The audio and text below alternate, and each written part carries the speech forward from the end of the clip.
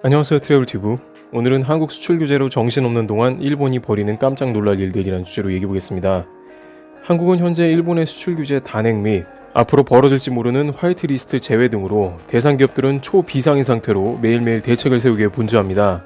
정부에서는 외교 라인을 통해 다양하게 일본의 갑작스러운 수출 규제가 부당함을 알리고 있으며 국민들은 자발적이지만 광범위하고 강력한 불매운동을 실시하며 대비하고 있습니다. 그런데 이렇게 수출 규제로 한국이 정신없는 동안에 일본에서는 또 다른 형태의 움직임이 보이고 있어 관계당국을 긴장하게 하고 있습니다.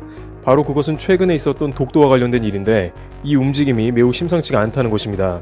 러시아가 독도가 있는 한국의 영공을 침범했는데 일본이 대응한 장면이 있었고 러시아가 한국과만 응대를 하면서 사실상 독도를 한국 영토라고 인정한 것이라는 장면에서 일면 일본이 소외되었고 국제사회에서 한국만 인정을 받은 것이라는 인상을 주었는데요. 특히 스가 관방장관이 러시아에서 일본에는 아무 말이 없었다고 기자회견을 하는 장면에서 다소 머쓱하기까지 하면서 일본 독도 관련 주장은 일단락이 되는 듯 했습니다. 그러나 일각에서는 일본이 이번 독도 영공을 러시아가 침범한 이것을 절호의 기회로 포착했다는 의견이 돌고 있습니다.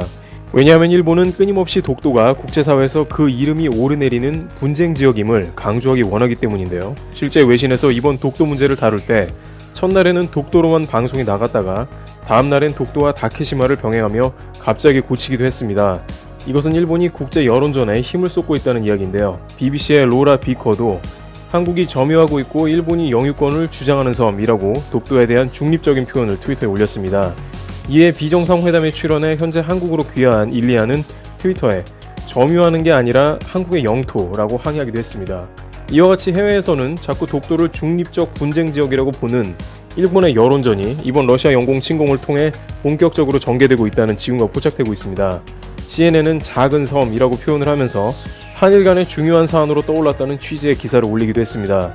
사실 한국 입장에서는 엄연히 한국의 영토이기 때문에 중요 사안도 아닙니다만 이런 식으로 미국이나 영국 등의 언론을 통해 틈만 나면 기사가 송출되고 있는 것입니다.